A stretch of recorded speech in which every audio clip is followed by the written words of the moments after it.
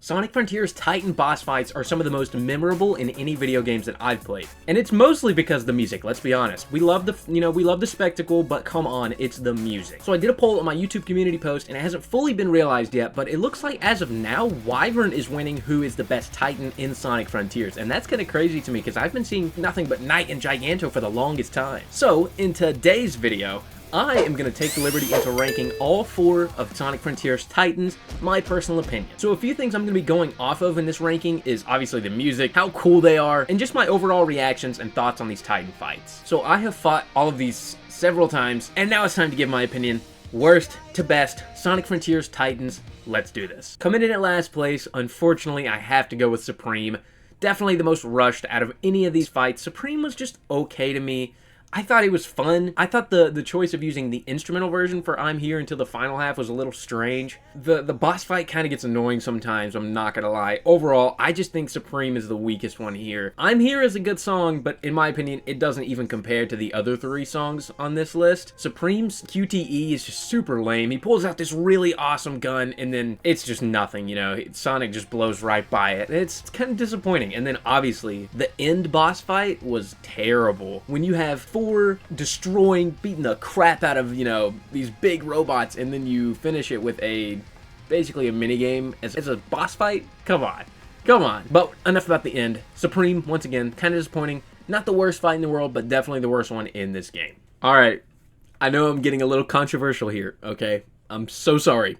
I'm putting Giganto at 3rd, okay? I love the Giganto fight, okay? It is so much fun. My first reaction to it, I actually made it on one of those, like, community reaction things. I was like 2nd, so that was pretty cool. My reaction to Giganto, I thought it was amazing, and I still think it is. I think it's really fun, but at the end of the day, Giganto is just standing there, and you just have to parry him every single time. It's really cool. Undefeatable is amazing. Obviously, playing a Supersonic like that was so much fun the first time, but I'm talking about something that I've replayed several times. Giganto is still the one that I revisit the most, probably, but I do think that the other 2 on this list are just a slight bit better. That being said, Giganto is still really awesome. I mean, look at him. He is just this massive, unbelievably huge robot that just, it puts that fear into you. And then that first time when you're going down, you hear Kellen Quinn, yeah, when you hear Undefeatable come on, man, it's over.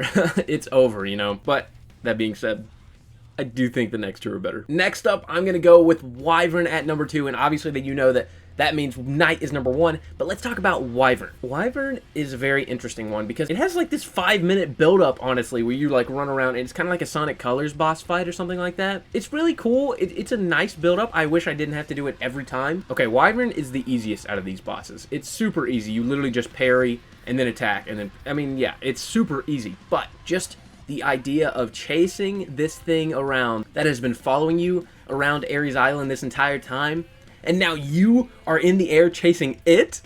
That is so cool. I think that's so cool. And then obviously, once again, the highlight of this boss fight, break through it all. Oh my gosh, this track just goes ridiculous.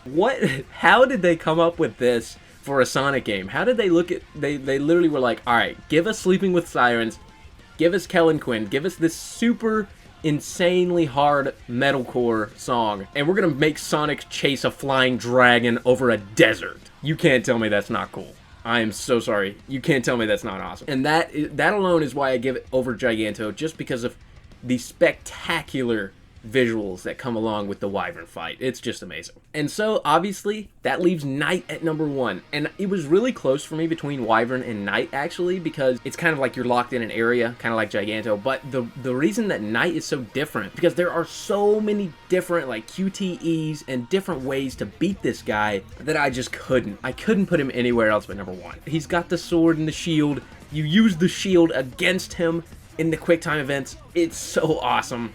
My only complaint, once again, is that it's just too easy. All you have to do is just parry him, you know what I mean? But then for his second round, instead of just like becoming more powerful or whatever, and just having more of those red things coming out of him, he actually goes into a completely different type of fight. You have to parry his shield and hit it against him, and that's really cool. That is one thing I'll have to give to Supreme. Whenever he flies up like the angel, that was really cool, I'm not gonna lie. But once again, Knight just has all these really awesome, I mean, the quick time event when Sonic is just like destroying, going through him, man kicks him up and then kicks him back down.